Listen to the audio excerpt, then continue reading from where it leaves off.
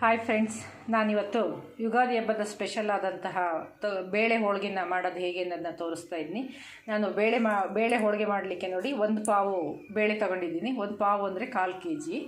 ಇವನ್ನ ನಾವು ಕುಕ್ಕರಲ್ಲೆಲ್ಲ ಬೇಯಿಸಲ್ಲ, ಬೇಳೆಗಳು ಚೆಂದ ಬೆಂದು ಹೋಗಿಬಿಡ್ತವೆ. ಹಾಗಾಗಿ ನೋಡಿ ನಾನೀಗೊಂದು ಪಾತ್ರೆಯಲ್ಲಿ ನೀರಿಟ್ಟಿದ್ದೀನಿ. ಈ ನೀರಿಗೆ ನಾನು ಬೇಳೆ ರಸ ಜಾಸ್ತಿ ಬೇಕು ಅನ್ನೋರು ಸಾಂಬಾರಿಗೆ ಸ್ವಲ್ಪ ಜಾಸ್ತಿ ಯೂಸ್ ಮಾಡಿ. ನಾನಿಲ್ಲಿ 1 ಲೀಟ್ರ್ ನೀರು ಇಟ್ಟಿದ್ದೀನಿ. ಮತ್ತು ಈಗ ನೀರು ಚೆನ್ನಾಗಿ ಬಿಸಿ ಆಗ್ತಾಯಿದೆ. ಇವನ್ನ ಈಗ ಬೇಳೆನ ಹೀಗೆ ಚೆನ್ನಾಗಿ ನೀರಲ್ಲಿ ತಣ್ಣೀರಲ್ಲಿ ವಾಶ್ ಮಾಡಿಬಿಟ್ಟು ಹಾಕೋಣ. ಇವನ್ನೆಲ್ಲವನ್ನು ಹೀಗೆ ಚೆನ್ನಾಗಿ ತೊಳೆದ್ಬಿಟ್ಟು ನಾನು ಇದಕ್ಕೆ ಬೇಯಿಸೋಣ. ಇದು ಕುದಿ ಬರ್ತಾ ಇರುವಾಗ ನೋಡಿಬಿಟ್ಟು ನೀರು ಚೆನ್ನಾಗಿ ಮರಳು ಬರಬೇಕು, ಆವಾಗ ನಾವು ಬೇಳೆನ ಹಾಕಬೇಕು. ಈ ರೀತಿಯಾಗಿ ನೀರು ಚೆನ್ನಾಗಿ ನೋಡಿ ಹೀಗೆ ಮರಳ್ತಾ ಇದೆ. ಇದಕ್ಕೀಗ ನೋಡಿ ನಾನು ತೊಳೆದಿಟ್ಟಿದ್ನಲ್ಲ ಬೇಳೆ, ಇದು ನಾನು 1/4 kg 1 ಪಾವು ಅಂದರೆ ನಿಮ್ಮನೇಲಿ ಎಷ್ಟು ಜನ ಇದ್ದಾರೆ ಅಳತೆಗೆ ತಕ್ಕಂತೆ ಯೂಸ್ ಮಾಡಿ. ನಾನು 1/4 kg ಬೇಳೆನ ಬೇಯಕ್ಕೆ ಹಾಕ್ತಾಯಿದ್ದೀನಿ. ಇದಕ್ಕೆ ನಾವು 200 ಗ್ರಾಮಷ್ಟು ಬೆಲ್ಲನ ಮಾಡಬೇಕು. ಸ್ವೀಟ್ ಬೇಕಲ್ಲ, ಅದಕ್ಕೆ ಸ್ವೀಟಿಗೆ ನಾನು ಬೆಲ್ಲನ 200 ಗ್ರಾಮಷ್ಟು ಜೋನೆ ಮಾಡಿ ಇಟ್ಕೋಬೇಕು. ಮತ್ತು ಒಂದೇ ಒಂದು ಚಿಟಿಕೆ ಉಪ್ಪು ಹಾಕ್ತಾಯಿದ್ದೀನಿ. ಉಪ್ಪು ಹಾಕೋದ್ರಿಂದ ಒಬ್ಬಿಟ್ಟು ತುಂಬ ಟೇಸ್ಟ್ ಚೆನ್ನಾಗಿರ್ತವೆ. ಹಾಗಾಗಿ ನೋಡಿ ಹೀಗೆ ಚೆನ್ನಾಗಿ ಬೇಯಲಿ. ಇದು ಹೇಗೆ ಬೇಯ್ತಾ ಇದ್ದಾವೆ ಅನ್ನೋದನ್ನ ನಾವು ಕೈಯಲ್ಲಿ ಹೀಗೆ ನೋಡಿಬಿಟ್ಟು ಇದು ಮಾಡ್ಕೋಬೇಕು. ಕುಕ್ಕರಲ್ಲಾರು ತುಂಬ ಬೆಂದು ಹೋಗಿಬಿಡ್ತವೆ. ಹಾಗಾಗಿ ನಾನು ಯಾವಾಗಲೂ ಇದೇ ಮೆಥಡಲ್ಲೇ ನಾನು ಹೋಳಿಗೆನ ಮಾಡೋದು. ಬೇಳೆ ಬೇಯಿಸಿ ನೋಡಿ ಕುದೀತಾ ಇದೆ, ಕುದೀಲಿ ಚೆನ್ನಾಗಿ. ಕೈಲಿ ನೋಡಿಬಿಟ್ಟು ಮೆತ್ತಗಾಗ್ತವಲ್ಲ ಆವಾಗ ತೆಗಿಬೇಕು. ಫ್ರೆಂಡ್ಸ್, ಬೇಳೆ ಬೇಯೋಕ್ಕಿಟ್ಟಿದ್ನಲ್ಲ ನೋಡಿ ಹೀಗೆ ಚೆನ್ನಾಗಿ ಬೆಂದಿದೆ. ನೋಡಿ ಹೀಗೆ ಸಾಫ್ಟಾಗಿ ಹೀಗೆ ಬರಬೇಕು. ಹೀಗೆ ಬೆಂದಾಗ ನಾವು ಇದನ್ನ ನೀರನ್ನೀಗ ಒಂದು ಇದರಲ್ಲಿ ಬಗ್ಸ್ಬಿಟ್ಟು ನೀರನ್ನು ಮತ್ತು ಬೇಳೆನ ಬೇರೆ ಬೇರೆ ಮಾಡಬೇಕು. ಅದೇ ರೀತಿ ನಾನು ಇದಕ್ಕೆ ಈಗ ಬೆಲ್ಲನ ಸಹ ಇದೇ ರೀತಿ ಸ್ವಲ್ಪ ಕರಗಿಸಿ ಇಟ್ಕೊಂಡಿದ್ದೀನಿ. ನಾವು ಬೆಲ್ಲಕ್ಕೆ ರುಬ್ಬುವಾಗ ಬೇಳೆನ ನೀರು ಹಾಕಬಾರ್ದು. ಈ ಬೆಲ್ಲದ ಜೋನೆ ಹಾಕಿನೇ ನಾವು ಇದನ್ನು ಹೋಳಿಗೆಗೆ ರುಬ್ಬಬೇಕು ಬೇಳೆನ. ನೋಡಿ ಬೇಳೆ ಎಲ್ಲ ಬೇಯಿಸಿದ್ನಲ್ಲ, ನೀರೆಲ್ಲ ಸೋರಿಸಿ ಗ್ಯಾಲ್ಡಿಗೆ ಹಾಕಿ ತೆಗೆದಿಟ್ಟಿದ್ದೀನಿ. ನೋಡಿ ಈಗ ಬೇಳೆ ಎಲ್ಲ ಆರಿದೆ. ಇದಕ್ಕೆ ನಾನು ರುಬ್ಬಲಿಕ್ಕೆ ಏನೇನು ಹಾಕ್ತೀನಿ ಅನ್ನೋದನ್ನ ತೋರಿಸ್ತೀನಿ ಫ್ರೆಂಡ್ಸ್. ನೋಡಿ ನಾನು ಒಂದು ಅರ್ಧ ಹೋಳಷ್ಟು ತೆಂಗಿನಕಾಯಿ ಹಾಕ್ತಾಯಿದ್ದೀನಿ. ತೆಂಗಿನಕಾಯಿ ಹಾಕಬೇಕು, ತುಂಬ ಟೇಸ್ಟ್ ಚೆನ್ನಾಗಿರ್ತವೆ. ಮತ್ತು ಹಸಿನ ಶುಂಠಿ ಬರುತ್ತಲ್ಲ, ಈ ಶುಂಠಿನ ಸ್ವಲ್ಪ ಗೆಜ್ಜಿಬಿಟ್ಟು ನಾನು ಈ ಥರ ಹಾಕ್ತಾಯಿದ್ದೀನಿ. ಶುಂಠಿ ಹಾಕೋದ್ರಿಂದ ತುಂಬ ಚೆನ್ನಾಗಿರ್ತವೆ ಒಬ್ಬಿಟ್ಟು ಟೇಸ್ಟು ಮತ್ತು ಫ್ಲೇವರು ತುಂಬ ಚೆನ್ನಾಗಿರುತ್ತೆ. ಮತ್ತು ಅದೇ ರೀತಿ ನೋಡಿ ಏಲಕ್ಕಿ ಪೌಡ್ರನ್ನು ಸಹ ಮಿಕ್ಸ್ ಮಾಡಿ, ಇವು 3 ಮಿಕ್ಸ್ ಮಾಡಿಬಿಟ್ಟು ನಾನು ಮಿಕ್ಸಿ ಜಾರಿಗೆ ಹಾಕಿ ರುಬ್ತೀನಿ. ಇದಕ್ಕೆ ರುಬ್ತಾ ನಾನು ನೋಡಿ ಅದೇ ರೀತಿ ಬೆಲ್ಲದ ಜೋನೆ ಮಾಡಿ ಇಟ್ಟಿದ್ದೀನಲ್ಲ, ಇದಕ್ಕೆ ಸ್ವಲ್ಪ ಇದನ್ನು ನಾನು ಇದಕ್ಕೆ ಜೊತೆನೇ ಹಾಕಿಬಿಟ್ಟು ಸೋಸ್ತಾ ಬರ್ತೀನಿ. ಇದು ಸೋಸ್ಬಿಟ್ಟು ನಾನು ಜೋನೆ ಮಾಡಿ ಇಟ್ಟಿರೋದು ಈ ಬೆಲ್ಲದನ್ನ. ಕಲ್ಲೇನಾರು ಇರುತ್ತೆ ಅಂದ್ಬಿಟ್ಟು ನೀವೆಲ್ಲ ಸೋಸ್ಬಿಟ್ಟು ಇಟ್ಕೋಬೇಕು ಯಾವಾಗಲೂ, ಹಾಗೆ ಹಾಕಬಾರ್ದು. ಫ್ರೆಂಡ್ಸ್, ಈಗ ಬೇಳೆಗೆಲ್ಲ ರೆಡಿ ಮಾಡಿದ್ನಲ್ಲ, ಅದೇ ರೀತಿ ಈಗ ನಾನು ಬೇಳೆಗೆ ಕಲಿಸ್ಲಿಕ್ಕೆ ನೋಡಿ ನಾನು ಮೈದಾನ ಈ ರೀತಿಯಾಗಿ ಜರಡಿ ಮಾಡಿ ತೆಗೆದಿಟ್ಟಿದ್ದೀನಿ. ಇದರಲ್ಲಿ ನೀವು ಯಾವಾಗಲೂ ಮೈದಾ ಕಲಿಸುವಾಗ ಮೊದಲು ನಾವು ಜರಡಿ ಮಾಡಬೇಕು. ಮತ್ತು ಇದಕ್ಕೆ ನೋಡಿ ನಾನು ಈಗ ಕಲರಿಗೆ ನಾನು ಒಂದು ಸ್ವಲ್ಪ ಅರಿಶಿಣ ಹಾಕ್ತಾಯಿದ್ದೀನಿ. ನಿಮಗೆ ಕಲರಿಗೆ ನೋಡಿಬಿಟ್ಟು ಹಾಕಿ. ಇದು ನಮ್ಮನೆ ಅರಿಶಿಣ ತುಂಬ ಕಲರ್ ಚೆನ್ನಾಗಿದೆ, ಹಾಗಾಗಿ ಒಂದು ಅರ್ಧ ಸ್ಪೂನಷ್ಟು ಹಾಕ್ತಾಯಿದ್ದೀನಿ. ಅದೇ ರೀತಿ ಒಂದು ಚಿಟಿಕ ಉಪ್ಪು ಹಾಕಬೇಕು. ಉಪ್ಪು ಹಾಕಿಬಿಟ್ಟು ಇವೆಲ್ಲವನ್ನು ಚೆನ್ನಾಗಿ ಹೀಗೆ ಮಿಕ್ಸ್ ಮಾಡಬೇಕು. ನೋಡಿ ಹೀಗೆ ಈ ರೀತಿಯಾಗಿ ಮಿಕ್ಸ್ ಮಾಡಿಬಿಟ್ಟು ನೋಡಿ ಇದಕ್ಕೆ ಸ್ವಲ್ಪ ನೀರು ಹಾಕಿ ನೋಡಿ ಹೀಗೆ ಕಲಿಸ್ತಾ ಬರಬೇಕು. ಈಗ ಚೆನ್ನಾಗಿ ಎಲ್ಲ ಮಿಕ್ಸ್ ಮಾಡಬೇಕು.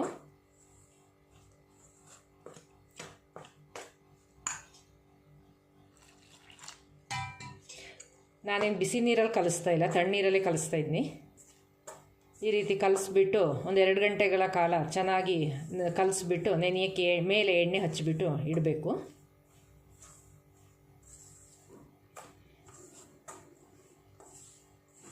ನೋಡಿ ಹೀಗೆ ಈ ರೀತಿಯಾಗಿ ಚೆನ್ನಾಗಿ ಮಿಕ್ಸ್ ಮಾಡಿ ಕಲಿಸ್ಬೇಕು. ಮತ್ತು ಹಾಗೆ ಕೈ ಸಹಾಯದಿಂದ ಚೆನ್ನಾಗಿ ಹೀಗೆ ಕಲಸಿ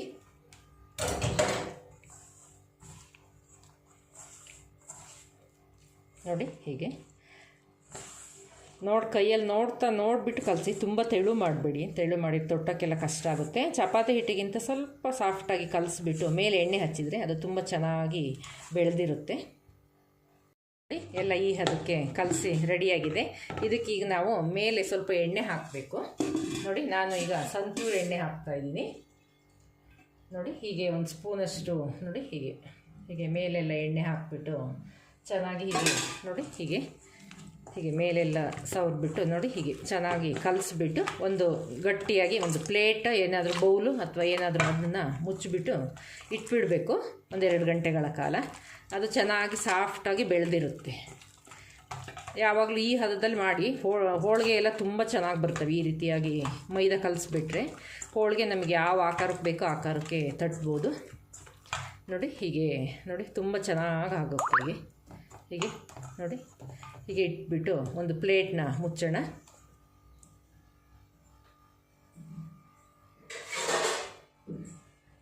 ನೋಡಿ ಹೀಗೆಲ್ಲ ಈಗ ನೀಟಾಗಿದೆ. ಹೀಗೆ ಚೆನ್ನಾಗಿ ಹೀಗೆ ಒಂದು ಲಿಡ್ ಕ್ಲೋಸ್ ಮಾಡಿಬಿಟ್ಟು 1-2 ಗಂಟೆಗಳಾಗಲ್ಲ ಚೆನ್ನಾಗಿ ಮುಚ್ಚಿಬಿಟ್ಟು ಇಟ್ಬಿಡೋಣ.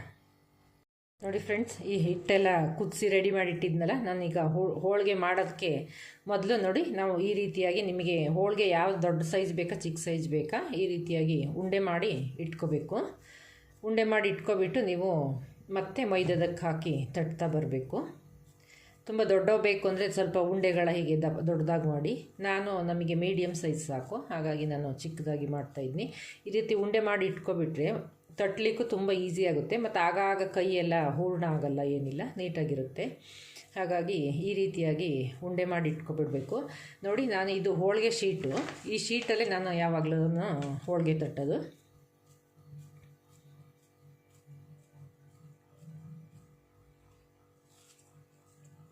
ನೋಡಿ ಹೀಗೆ ಸಾಕು ಮಾಡಿ ಇಟ್ಕೊಂಡ್ರೆ.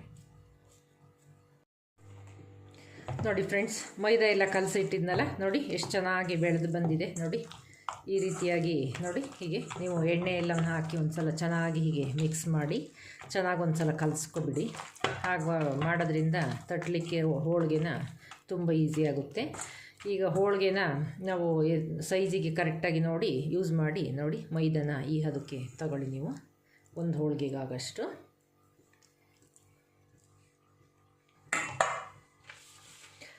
ನೋಡಿ ಇದು ಹೋಳಿಗೆ ಶೀಟು, ಇದು ಎಲ್ಲ ಪಾತ್ರೆ ಅಂಗಡಿಗಳಲ್ಲೂ ಸಿಗುತ್ತೆ ಈ ಹೋಳಿಗೆ ಶೀಟು. ಇದಕ್ಕೆ ನೋಡಿ ಹೀಗೆ ಫಸ್ಟು ಲೈಟಾಗಿ ಸ್ವಲ್ಪ ಹೀಗೆ ಎಣ್ಣೆ ಹಾಕಬೇಕು. ಎಣ್ಣೆ ಹಾಕಿಬಿಟ್ಟು ನೋಡಿ ಈ ರೀತಿಯಾಗಿ ಫಸ್ಟು ಮೈದಾನ ಹೀಗೆ ನಾನು ಯಾವಾಗಲೂ ಹೀಗೆ ಇದೇ ರೀತಿಯಾಗಿ ಮಾಡೋದು. ನೋಡಿ ಹೀಗೆ ತಟ್ಕೋಬೇಕು ಸ್ವಲ್ಪ ಫಸ್ಟು.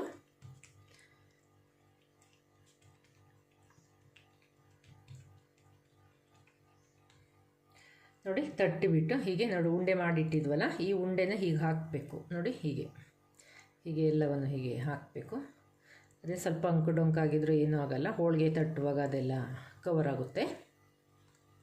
ನೋಡಿ ಹೀಗೆ ಎಲ್ಲವನ್ನು ಹೂರಣ ನೋಡಿ ಹೀಗೆ ಈ ರೀತಿಯಾಗಿ ಫಸ್ಟು ಮಾಡಿಟ್ಕೊಬಿಡ್ಬೇಕು. ಮಾಡಿಟ್ಕೊಂಡು ನೋಡಿ ಹೀಗೆ ನಿಮಗೆ ತೆಳುವಾಗಿ ಬೇಕಾ ಹೇಗೆ ಬೇಕು. ನಾನು ಕೈಯಲ್ಲೇ ತಟ್ಟೋದು, ಕೆಲವರು ಲಟ್ಟಣಿಗೆಲಿ ತಟ್ಟಿಸ್ತಾರೆ. ನೋಡಿ ಎಷ್ಟು ತೆಳುವಾಗಿ ಬೇಕು ಹಾಗೆ ತಟ್ತಾ ಬನ್ನಿ. ಹೀಗೆ ನೋಡಿ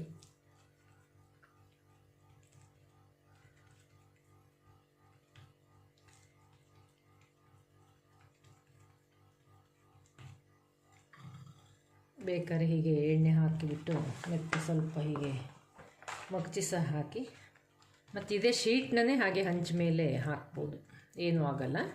ನೋಡಿ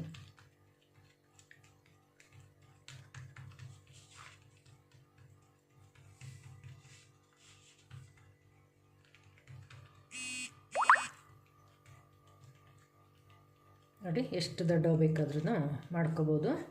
ನಿಮಗೆ ಅಳತೆಗೆ ತಕ್ಕಂತೆ ಯೂಸ್ ಮಾಡ್ತಾ ಬನ್ನಿ ಫ್ರೆಂಡ್ಸ್. ನೋಡಿ ಹೀಗೆ ನೋಡಿ ಹೊಸದಾಗಿ ಮಾಡೋಕ್ಕೆ ಗೊತ್ತಿಲ್ಲ ಅಂದವರು ಈ ಮೆಥಡಲ್ಲಿ ಮಾಡಿ ಫ್ರೆಂಡ್ಸ್, ಯುಗಾದಿ ಹಬ್ಬಕ್ಕೆ. ನೋಡಿ ಈ ರೀತಿಯಾಗಿ ನೋಡಿ ತುಂಬ ಈಸಿ, ಏನು ತೊಂದರೆ ಇಲ್ಲ. ನೋಡಿ ಹೀಗೆ ಎಲ್ಲ ಒಂಚೂರು ಆಚೆ ಈಚೆ ಆಗಿದ್ದರೆ ಹೀಗೆ ಇದನ್ನು ಬೆರಳು ಸಹಾಯದಿಂದ ಹೀಗೆ ರೆಡಿ ಮಾಡ್ಕೊಳ್ಳಿ. ನೋಡಿ ಹೀಗೆ ನೋಡಿ ಈ ಮೆಥಡಲ್ಲೇ ತಟ್ಟೋದು ಹೋಳಿಗೆನ.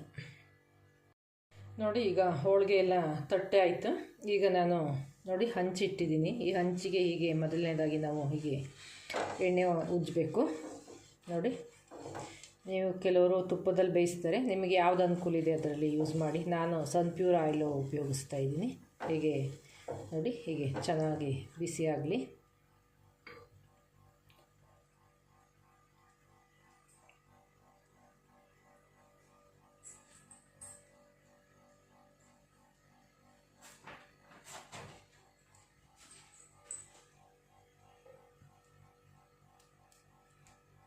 ನೋಡಿ ಈಗ ಹಂಚು ಬಿಸಿಯಾಗಿದೆ. ನೋಡಿ ಈಗ ಹೋಳಿಗೆನ ಹಾಕೋಣ. ಹೀಗೆ ನೋಡಿ ಹೀಗೆ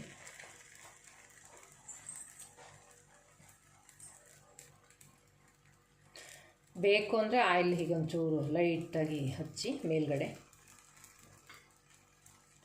ಮತ್ತು ಯಾವಾಗಲೂ ಹೋಳಿಗೆನ ತುಂಬ ದೊಡ್ಡ ಉರಿಲಿ ಬೇಯಿಸಬಾರ್ದು, ಯಾವಾಗಲೂ ಮೀಡಿಯಮ್ ಉರಿಲಿ ಬೇಯಿಸ್ತಾ ಬರಬೇಕು.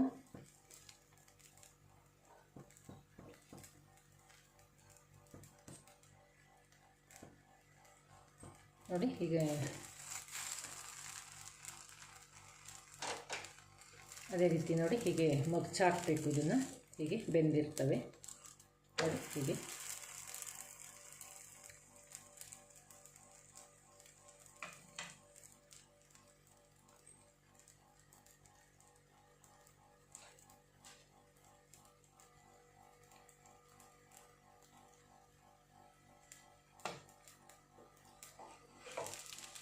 ಸಣ್ಣ ಉರಿಲಿ ಬೇಯಿಸೋದ್ರಿಂದ ಹೋಳಿಗೆ ಒಂಚೂರು ಸೀದೆಲ್ಲ ಹೋಗಲ್ಲ, ಕಪ್ಪಾಗಲ್ಲ, ಚೆನ್ನಾಗಿರ್ತವೆ.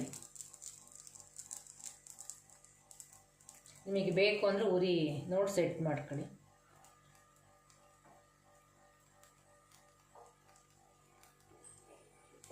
ನೋಡಿ ಮೈದಾ ಚೆನ್ನಾಗಿದ್ದರೆ ಈಗ ಹೋಳಿಗೆ ಹೀಗೆ ಉಬ್ಬಿ ಬರ್ತವೆ. ಯಾವಾಗಲೂ ಈ ಮೆಥಡಲ್ಲಿ ಕಲಿಸ್ಬೇಕು ಯಾವಾಗಲೂ.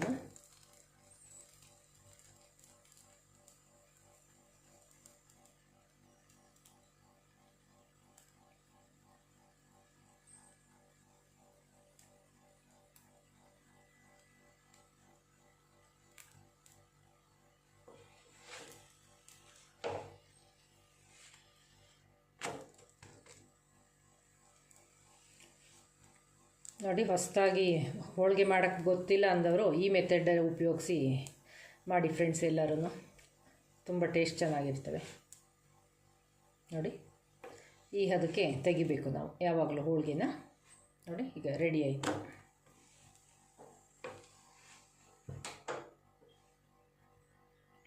ನೋಡಿ ಹೀಗೆಲ್ಲವನ್ನು ತೆಗೆದು ಒಂದು ಪ್ಲೇಟು ಅಥವಾ ಪೇಪರು ಯಾವುದ್ರ ಮೇಲಾದ್ರು ಸ್ವಲ್ಪ ಆರುವಾಗ ತಣ್ಣಗಾಗೋವರೆಗೆ ಹಾಕಬೇಕು ಪ್ಲೇಟ್ ಮೇಲೆ. ನೋಡಿ ಫ್ರೆಂಡ್ಸ್, ರುಚಿಯಾದಂತಹ ಯುಗಾದಿ ಹಬ್ಬದ ಸ್ಪೆಷಲ್ ಆದಂತಹ ತೊಗರಿಬೇಳೆ ಹೋಳಿಗೆ ರೆಡಿ ಆಯಿತು. ಇದಕ್ಕೆ ಈ ತುಪ್ಪ ಹಾಕಿ ತಿಂತಾ ಇದ್ದರೆ ಅದರದ್ದು ಮಜನೇ ಬೇರೆ. ಈ ರೀತಿ ನೀವು ಸಹ ಒಮ್ಮೆ ಟ್ರೈ ಮಾಡಿ ನೋಡಿ. ನಿಮ್ಮ ಅಭಿಪ್ರಾಯ ಹೇಗೆ ಅನ್ನೋದನ್ನ ಕಮೆಂಟ್ ಬಾಕ್ಸಲ್ಲಿ ತಿಳಿಸ್ತಾ ಬನ್ನಿ. ಅದೇ ರೀತಿ ನನ್ನ ರೆಸಿಪಿನ ಶೇರ್ ಮಾಡಿ, ಅದೇ ರೀತಿ ನನ್ನ ಚಾನಲ್ಗೆ ಸಬ್ಸ್ಕ್ರೈಬ್ ಮಾಡೋದನ್ನ ಮರಿಬೇಡಿ. Thank you friends. ಎಲ್ಲರಿಗೂ ಯುಗಾದಿ ಹಬ್ಬದ ಶುಭಾಶಯಗಳು.